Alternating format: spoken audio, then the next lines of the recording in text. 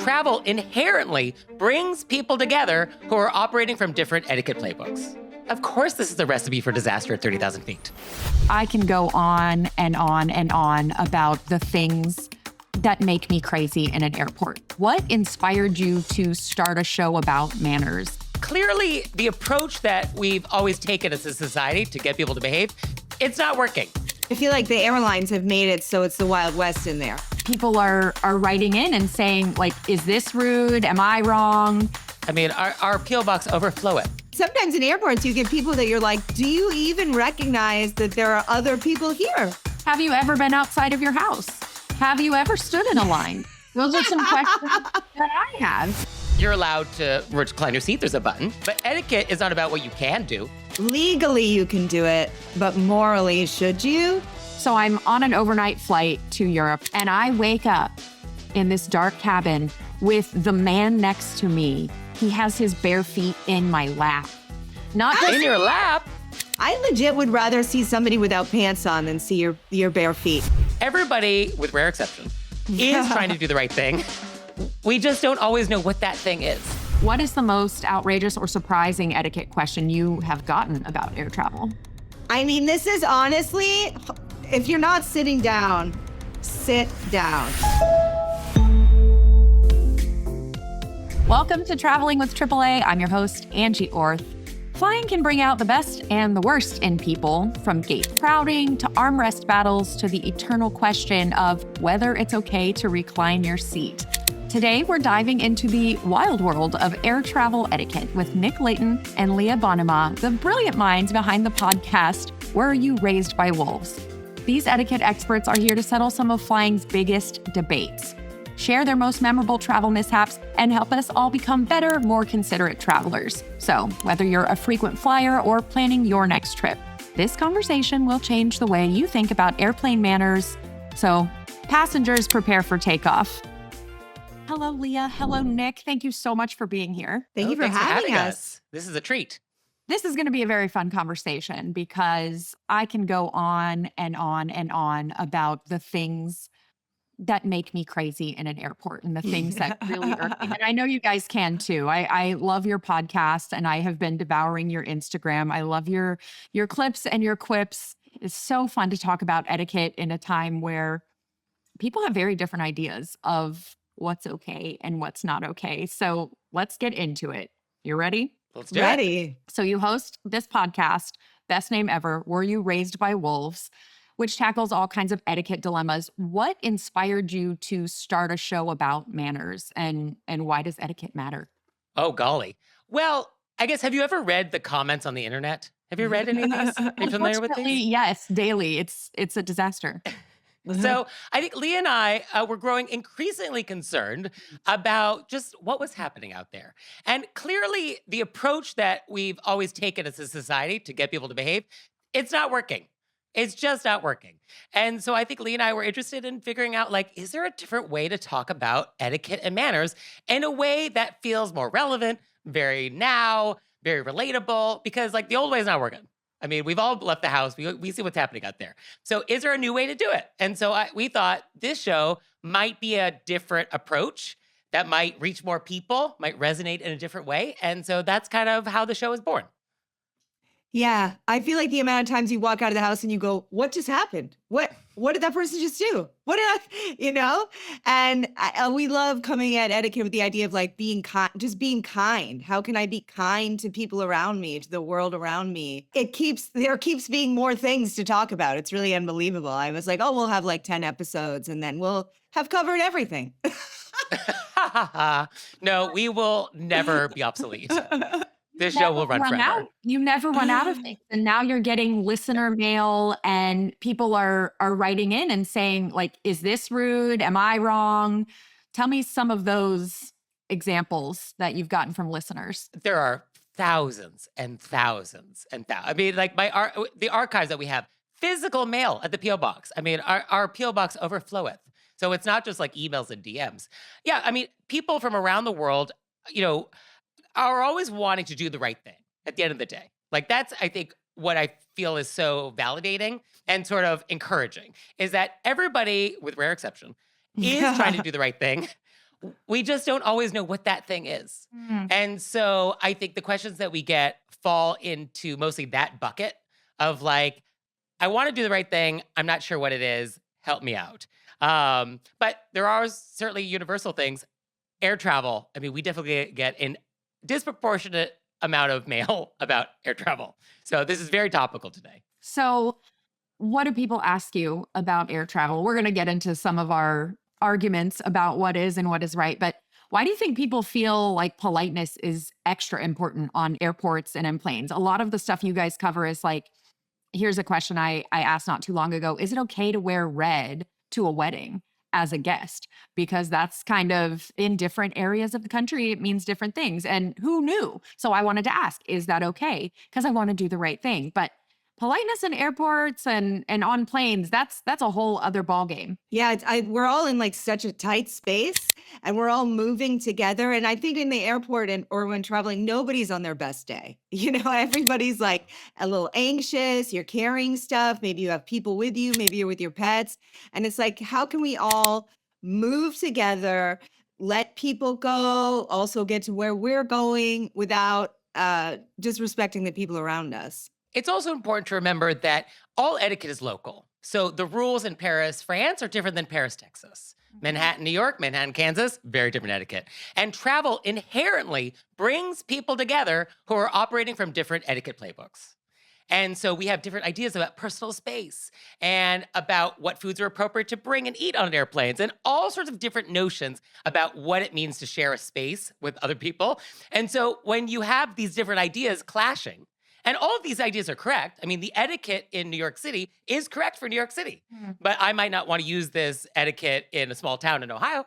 And so the problem on an airplane is like, we're in a very small space. We all have different etiquette playbooks. And then you toss in what Leah just mentioned. People are tired, stressed out, anxious. And like, of course, this is a recipe for disaster at 30,000 feet. And I also think I love people. Let's just say that. I am here for humanity. Okay. Individuals sometimes, and sometimes in airports, you get people that you're like, do you even recognize that there are other people here? Have you ever been outside of your house? Have you ever stood in a line? Those are some questions that I have. Like, is this your Yes. first day out of the house? This is a question. It is amazing that air travel does make you feel like the people around you, this is their first day on Earth. Yeah. And it's sort of like, how have you made it this far? How have you made it this far? Like, you obviously got dressed, so we have some skills. You got to the airport somehow. So, Yeah. like, you clearly have some problem-solving skills within you. Yes. And yet, here we are. And it's like, you've never been through security before. Like, is this really your first time in security? Like, maybe it is, in which case, bienvenido. But, like, if it's not, like, what are we doing? I think we should just start saying that to people. First time. First Yeah. time at an airport, first time taking your shoes off. It's not that Yeah. scary. You can just do it and you don't have to freak out. I mean, I get it. The first time I'm totally like, I have some sympathy and some empathy for those folks. And you do have to remember, as a person who travels quite often, okay, there are people who don't do this every week or all the time. And the rules do change, at least as far as TSA. And from airport to airport, do you take your shoes off? Do you not? Is the computer in the bin? Is it not? These things. And then you've got people yelling at you and it's like 5 o'clock in the morning. So they're like, take your computers out. I get it. That can be kind of scary, but we have empathy for those things. But then there are other things that you're just truly just baffled by. And I think our listeners would love to hear some personal, maybe etiquette horror stories from your travels. This was so, because you're like, wow, what a plethora to choose from. And then you get to choose between the other people on the plane and the airlines themselves, who are also, felons of etiquette crimes. But so I came down with two, so hard, but I'm going to slip one into somewhere else so I can still tell both stories. This one, night flight, which I think we can all agree already a horror. And I knew when I saw this guy coming down the aisle, when you see, because the flight attendants were always like, don't put your jackets in the bins until everybody's suitcases are up there. He takes all of his family, everybody's jackets, and shoves it up there. So nobody has room to put their suitcase. So you're like, we got a problem. I am somehow in between him and his son and his daughter and his wife. So here we go. It's nighttime. Obviously, we all know you can't make phone calls on planes. Everybody's asleep or reading or quiet. He starts making Wi-Fi calls on his iPad. Oh, no. Full volume. Yes, full volume. The flight attendant comes down and is like, sir, I'm sorry you can't make phone calls. And he goes, then he's going to argue. This is not a phone call. This is Wi-Fi. And she was like, so then he's going to argue. It went on for minutes, which minutes in this is like years. And he's just wanted to argue the technicalities that he's really following the rules because it's not a cell, it's not a landline. And you're like, also, you're waking everybody up and we're hearing about your real estate deals. Is this really happening? I mean, is this real? It was unbelievable. Like, in the middle, that's what it was. It was the middle of the night. We all are like, oh. You're like, we get God it. bless. You're important. You are super Yes, important you're for so- letting us know. Yeah. Thank you. Ay, ay, ay. Thank you. That's a tough one. Don't love that. And immediately you're like, you know what planes need is an eject. We just need the Yes, eject. yes. Can we That guy, please? bye. You missed it. You know, you missed your chance to be cool. Okay, so for the rest of the episode, let's play a game because there are so many scenarios that we can talk about, and I want to get to a lot of them. I'm going to name some of the most hotly debated air travel etiquette scenarios, and then you tell me where you stand and why. Are you guys ready for this? I am ready. I just had an idea for you, though, because you said you struggle with that.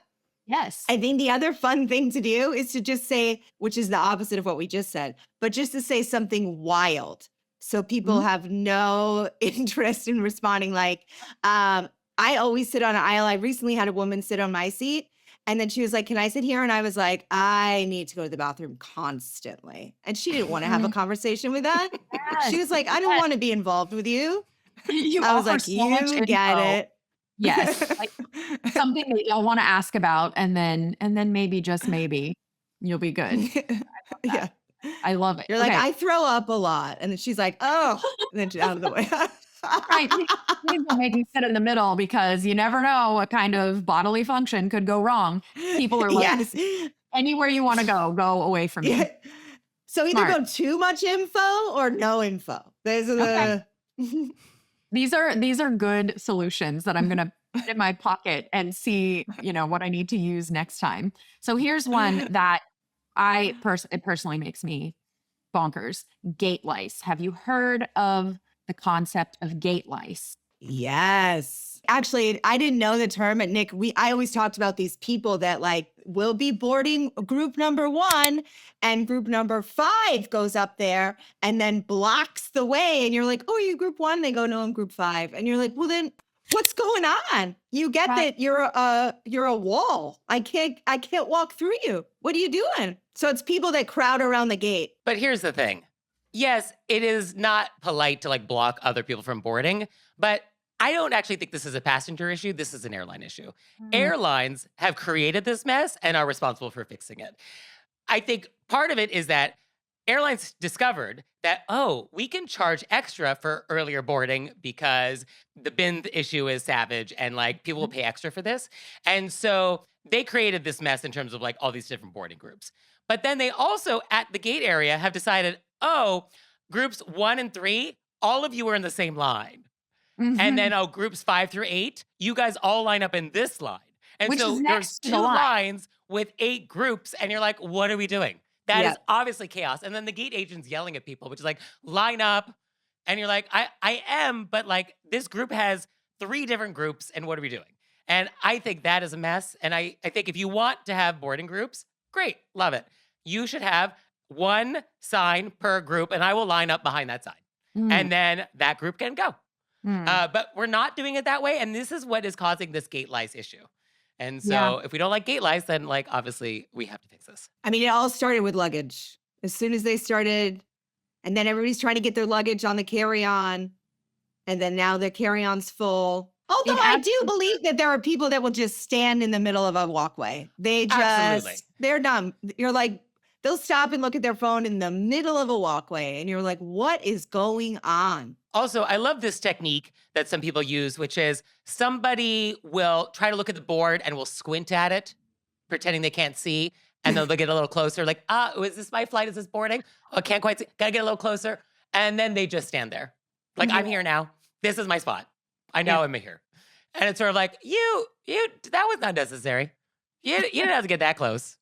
And if you did, that's fine. Then go back to your place in line. I'm saying, like, if you're in group 15, you don't even have to get out of your chair. You can still be using the restroom, like ordering a hot dog. You can do that for quite a while. You do not have to do the thing. There's there's a lot of people who maybe are even in group 1 and they don't get on until the end, because what do you want to sit there for all that time necessarily? You're all going to the same place. Well, bin space though. I want on the I'm plane. not a bin person.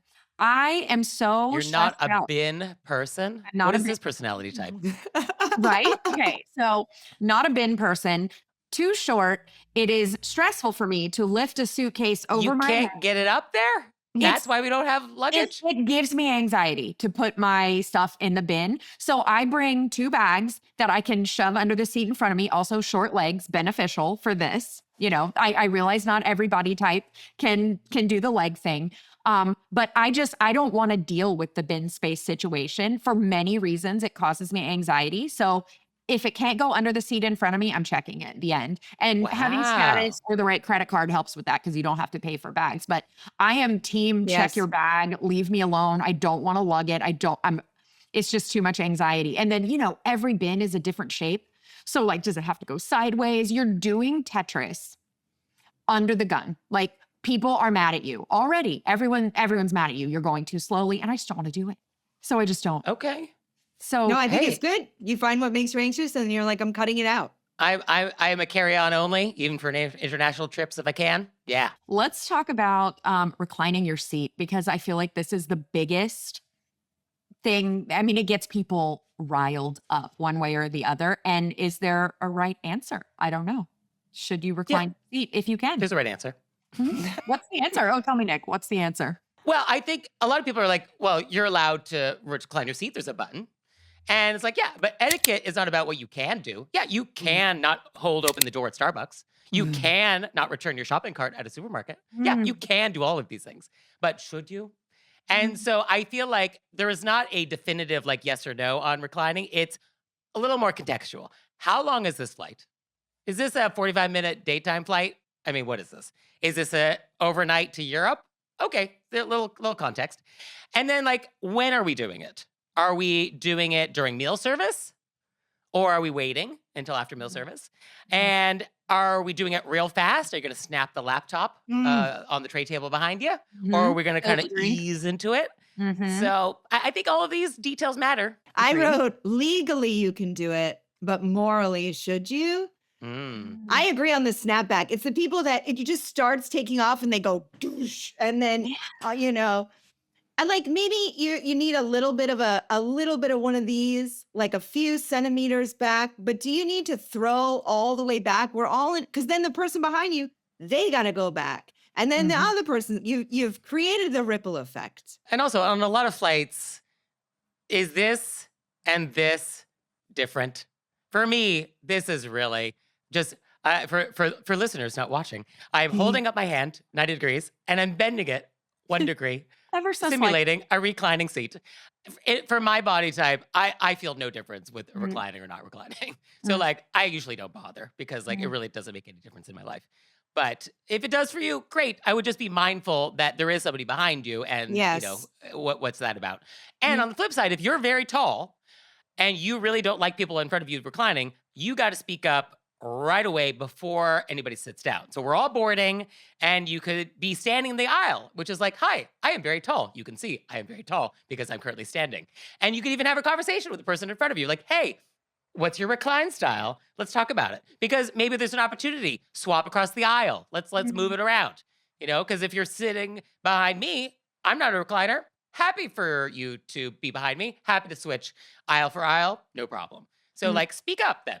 But just know that air travel is unpleasant. And this is just one of those things that is unpleasant. So sorry. It is. And when the seat in front of you launches back like an airbag, just with so much force, and you've got your little Dr. Pepper and you've got your laptop, and all of a sudden everything is destroyed because you've been in a small car accident, is what it feels like. Like we can do it nicer, I guess. We can do it nicely. We could be gentler about it. We could look behind it, like get up and run to the restroom real quick and gauge the situation. If there's a 3-year-old behind you, it's probably fine. You're not going to. Well, they're probably kicking your seat already. I was going to say, they're kicking you already. Literally.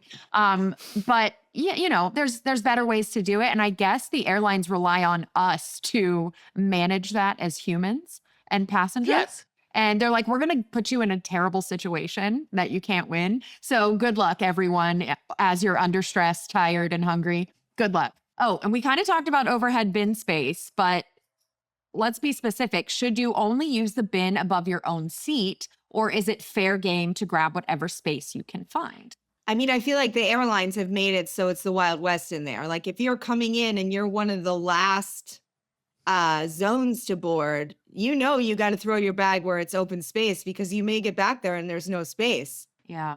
Yeah, I mean, nobody owns anything on an airplane, and so you are not entitled to the bin above your seat. I think it's kind of a good idea just in terms of just like the logistics of everybody boarding to like have baggage near you, because that kind of spaces it out nicely. But if I'm boarding a plane, bins are filling up, I see a spot, I'm taking it. Okay. Doesn't matter what row it is. Okay. Now, what about the people who get on and they're in row 852, but they put their bag as close to the front as they can? What do you think about that? Because then that switches everything. I mean, I don't know why you'd want to do it that way, but like if you really had to, I guess, okay. I mean, it's not ideal, but like, is it an etiquette crime? Not technically. If you think there's space in the back of the truck, then bring it with you. But if you're last, and there's probably actually not space, but I mean, usually the last people don't go first. So I don't see why they would throw it up there. Okay. What about the armrest? Who gets the armrest and which one? Middle gets the 2 middles. That's all they have. They need it. Yeah. I think every seat has its privileges, and the person in that seat gets to control that privilege, but reasonable consent shall not be withheld. And so if you're on the aisle, you get access to the aisle. That's your perk. But if somebody needs to get by, unless there's a real good reason to not let them, like you got to let them have part of your perk. With the window, you get to control the window shade. That's yours. That's part of it. But if somebody in the like middle seat needs to do work on their laptop and there's a huge glare and they request nicely, like, hey, would you mind? Yes, reasonable requests shall not be denied. So in the middle, they have no perks. They have no perks. So, of course, Leah is correct. The least we can do for these people, the least we can do is let them have both armrests. Let them move their elbows. I was going to say, have you? I've been in the middle before, and with folks, let's say, much taller and with much ganglier arms than me. And so then I think, well, where are they going to put their arms? Because they really could use that arm. So I've done this before. If our readers can't see, I have sat with my arms kind of all bunched up before, because there's just not enough room in some of these situations. But how do you kind of tell somebody who's hogging up the whole thing rudely? What do you say? Like, hello, I am in the middle seat and this is my perk. This is my only perk. So move your arms. Like, you just. Well, let's use some of the training we talked about. Do it. What are some of the tools we've given you so far about being polite yet direct, setting a boundary, not over-explaining? I don't know. It's all out of my head now because I'm under pressure. So what do? I just put my arms behind me and hope for the best.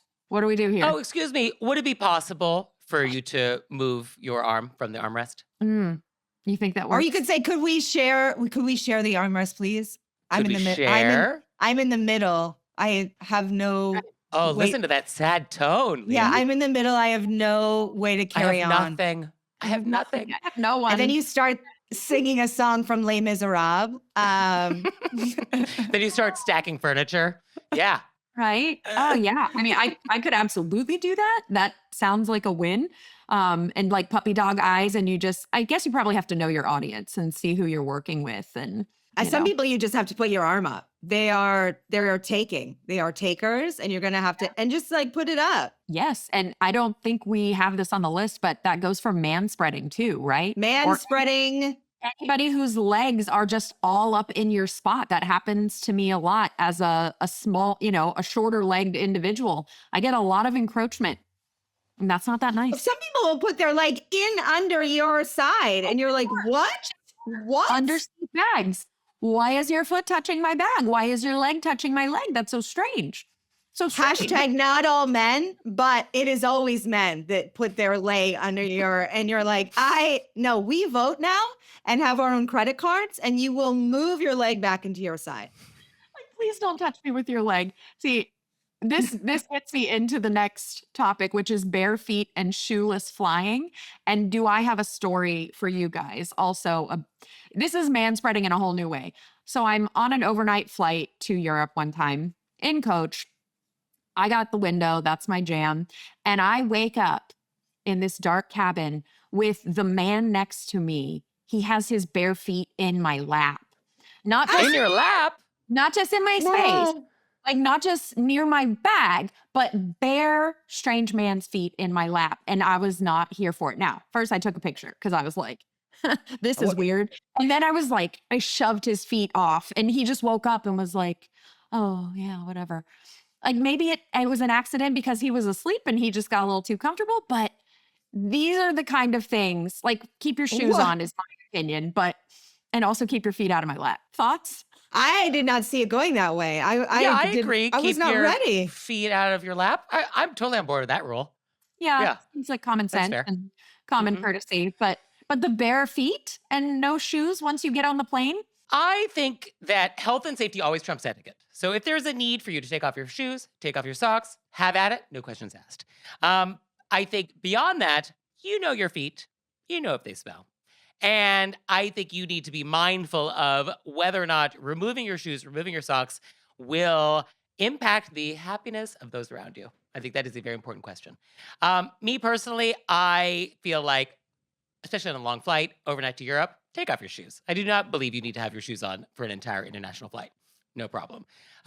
Taking off socks, that's a bolder move. That's a little more bold.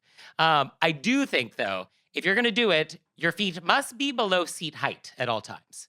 So we're not putting our feet up on anything. We're not putting our feet in between the seats on the armrest in front of us. We're not putting our feet up against the wall.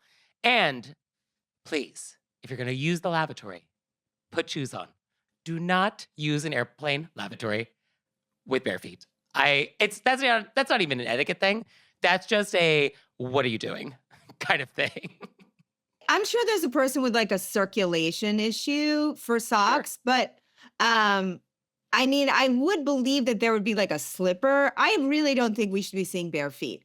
Obviously, you'll have like some kind of like skin health thing, but is there not a soft, fluffy thing we could? I don't want to see it's nudity. I legit would rather see somebody without pants on than see your bare feet. I don't know why. It's just I find it upsetting. No pants, but they're wearing shoes. That's Yeah, I'll fine. be like, they've got shoes on. I'm fine, but a naked foot is jarring. It feels like a health violation. Socks for sure. You can't, some people get like really bad circulation problems. You know what I mean? You want to move your feet around. You don't want to get them sweaty. Cool. Maybe if you got stinky feet, like Nick mentioned, you know your feet, get a little swap that sock out. But I don't think we need, unless you have some condition, which I'm sure somebody does. And I support you in whatever you need to do to have healthy feet. But barring that situation, cover them up. Cover them Yeah. up. It's Yeah. nudity. Well, it feels like I'm in your house with you, and I didn't sign up to be in your living room having your like after hours. Yes. I'm not there for that. I actually went the fanciest flight I ever went on. It was overnight, New York to London, and it was nice. Like, we got the good stuff, and it lay flat. And so I'm like, this is the moment of my life. Like, I will never be more bougie than I'm being right now. And it was so jarring because with to a person, every man in this cabin had their shoes and socks completely off, and everybody's feet were facing each other. And so it was just like feet, feet, feet, feet, feet, feet, feet, everywhere you look. So you pop up from your bougie little bed where you're having your tasty food and you're watching all the movies, and you look up and it's just bare feet everywhere you look. And I'm like, this is a shoe store. This is not, upper class. Like this is not as bougie as I wanted it to be. So yeah, I just feel like keep your socks on, as much as you can, keep your socks on. I wish we could go walk around and throw blankets over their feet. Or like spray them with something. Yeah, it's just like, oh, NC-17, I can't see it. Let's talk about personal device volume, because this is one that has gotten out of control. Out of control. The past few years. What happened to headphones? What are we doing? What are we doing? What are we doing? Is it ever okay to watch videos? Next question. Play games without headphones? No. It's not, right? There's not an occasion. I've given this a lot of thought. It's like, when is it fine? What is the exception to this? When are we on speakerphone in public? Like, when is this actually like a good idea? No, there really is no occasion. Never. So don't do it. Never. And here's the thing about this. Everybody knows. The person doing it, they know. They know. And yet they don't care. That's the problem. Yes. That's the problem. Because they know it's annoying. They don't like when other people do it. But it's like, they don't care. And I guess for me, that's what I feel is particularly disappointing. Do you insert yourself into the conversation ever?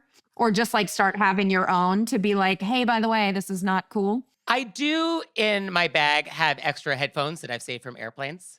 And I have been in places where like maybe I'm doing work in a coffee shop and somebody is like just going at it with their conversations or their music or their videos or whatever it is. And it's to the point where like, clearly this is not going to end anytime soon. I might say like, hey, I have an extra set of headphones. Would you like them? And I will offer them. Hint, hint. And if they want to decline, okay, I'm not going to push it further. But like, I'll offer it. Absolutely. Yeah, because don't do this. Nick is good. Nick's good. Yeah. So yeah, when they offer those headphones at airplanes and you don't need them, you might not need them then, but you might need them in the future. Take them. So in the future you can say, oh, hi. Oh, I noticed you don't have headphones. You must want Happy to give you a pair. Ones. Here you go. That's so kind. Leah and I have actually talked about starting a nonprofit organization where our mission is to have volunteers in airports, in subways, on the streets of our major cities and smaller cities, going around giving people free headphones who need it. This is a great idea. This is a marketing activation that somebody needs to do. I think it's great. I could see no downside here. So yes, if anybody wants to help us start that 501c3, we're ready. We're ready. File the paperwork. It's just so amazing because like, it's, sometimes you open your phone and it's like on Instagram and a video comes up and you can hear it. I'll immediately grab my phone, turn it down, and then I look around I'm mortified. I look around, I'm so sorry. Did you hear half a second of volume? And there's people just having full. I actually wrote a horror movie. The opening scene is somebody on speaker in an office on speakerphone. And it's just so angering that's how the horror movie begins. That's how upsetting I find it. Like, how are you not aware of other people? And did that person in that office make it to the end of the movie unscathed? No, they did not. Spoiler alert. I love it. I feel like everything we talked about is my personal horror movie. And every time I go to the airport, it's just one right after the other. And I make it to the end, but man, not unscathed. Never unscathed by the lack of etiquette. Yeah. I feel like sometimes I just get so worked up right at the beginning. Like I try to like let it go. I'm like, oh, I'll be the example. But then all of a sudden I'm in the TSA area just stacking bins for people. I'm like, do you not see how people their stuff isn't coming down because you're not taking your bin? You're just like stacking. Then you're like, now I work here. I'm here to help TSA like do their jobs more efficiently and explain to people how to take their shoes off. And no, you can keep that, but don't keep that every time. Peanut butter is a liquid. Peanut butter is a liquid. And that's a whole thing. Okay, let's talk about a relationship test. And I do this every time. So when I travel with my husband, which isn't all that often, I'm usually on my own traveling for work. So do you wait for your travel companion if they don't have, let's say, pre-check or global entry? Or are you like, bye, see you at the gate? Or is that an etiquette question? Does your husband not have global entry or No. pre-check? No, because So why are we still married? he doesn't travel as much as I do. So I'm sorry, it's what? really, That wasn't the question. yeah, Yeah. unnecessary. But No, he's divorce is really the only answer oh, here. bless. Oh, bless. He's so nice at home. I mean, my thought is, I think it's like at a restaurant where you're dining with friends. Everybody had their entrees come out and you're still waiting on yours. Mm. And the polite etiquette response is like, no, you go ahead. Please start eating. Don't wait for me. So the person without the global entry says to you like, oh, no, you go ahead. And then you can decide like, oh, do I want to or not? I feel like that would be the harmonious etiquette answer here. But absent that, you should just stick around. It's polite just to wait with them. Even though that's totally maddening. I don't think so. I think a healthy relationship is based on individual choices. You made the choice to not have it. I made the choice to have it. I've been with the same person 20 years. I'm going through.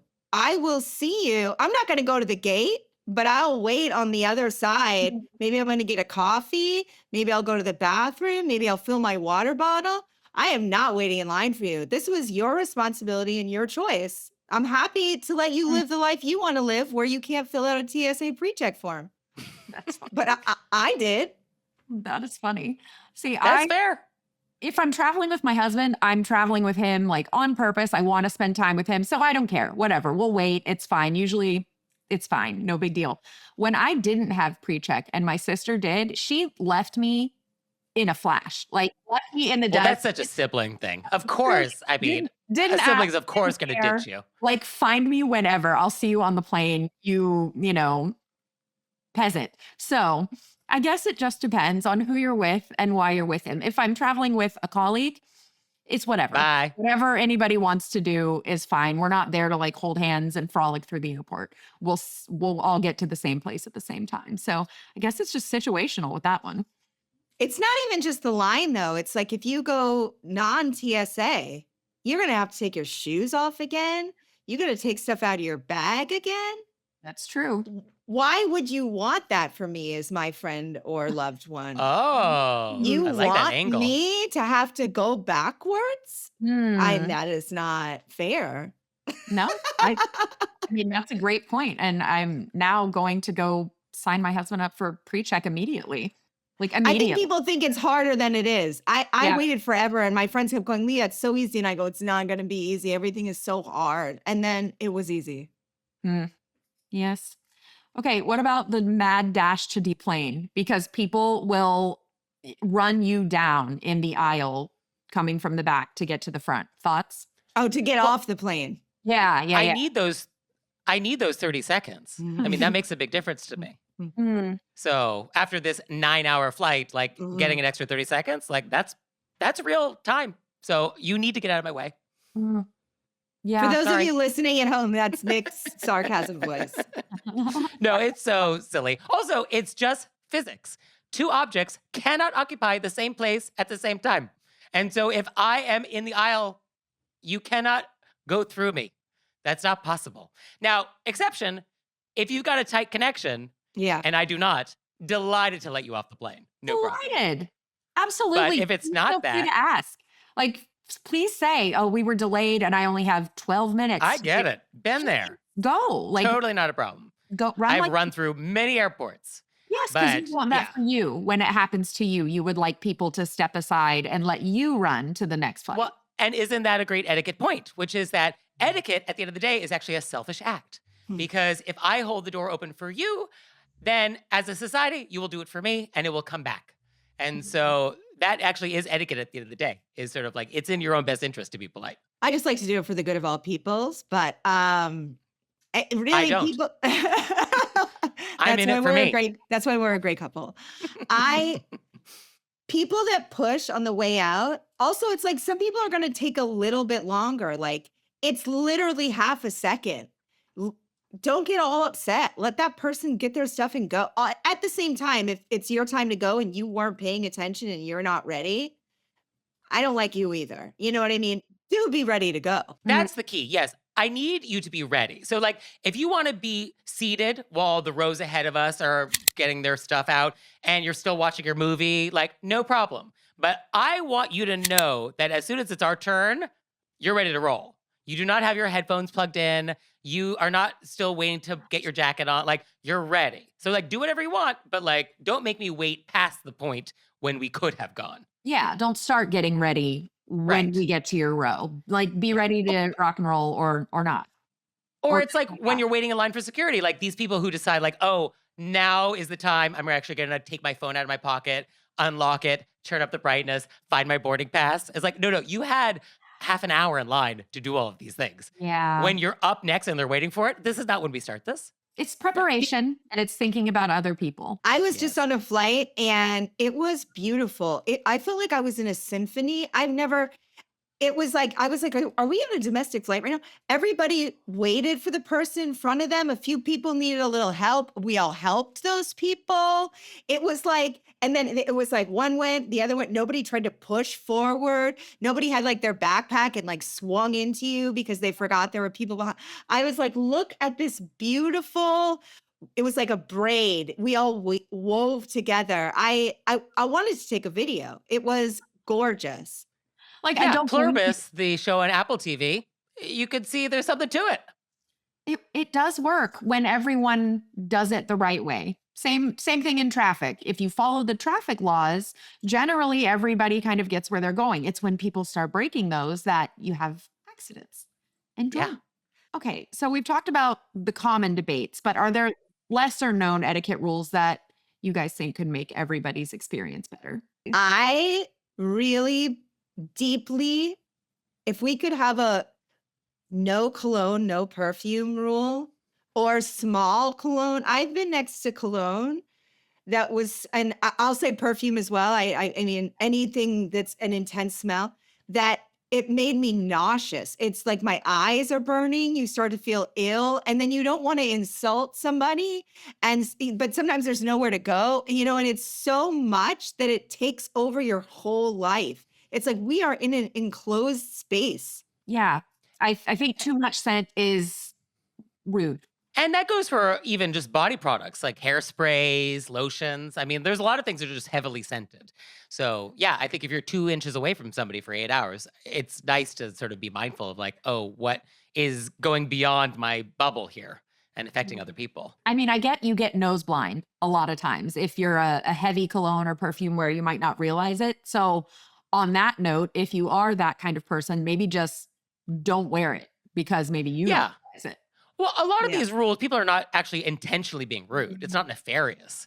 It's just sort of a lack of attention and mindfulness. I mean, that's really kind of what it comes down to, which brings me to mine. And I don't know, is it a lesser known rule? Because like, why are any of these rules lesser known? Like, why are these not known? But let's talk about what is happening in these bathrooms.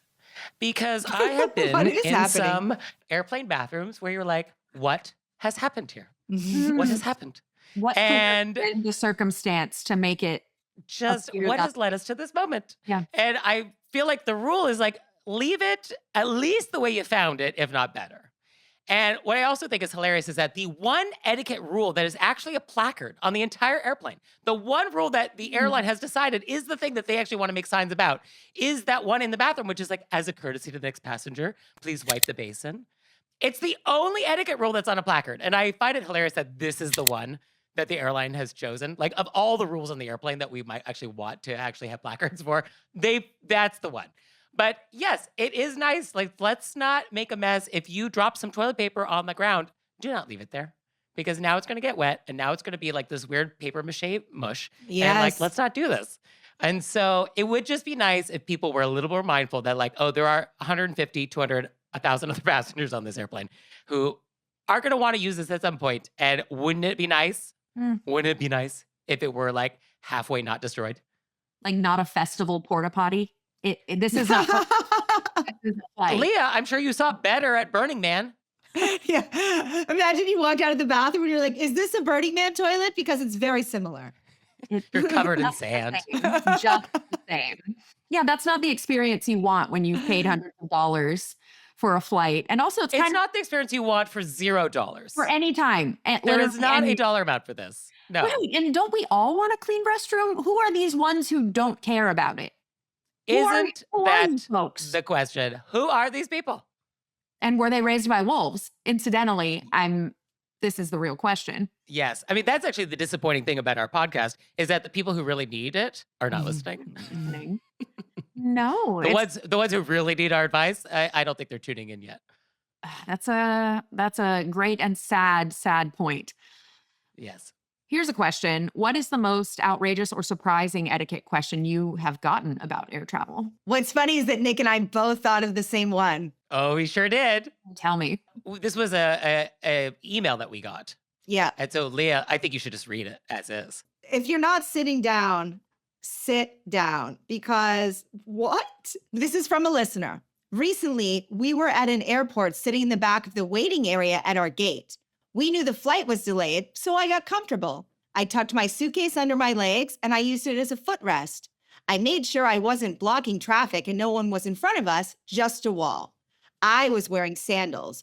A grown man walked by, reached down and tickled my toes and said, "Coochie coo."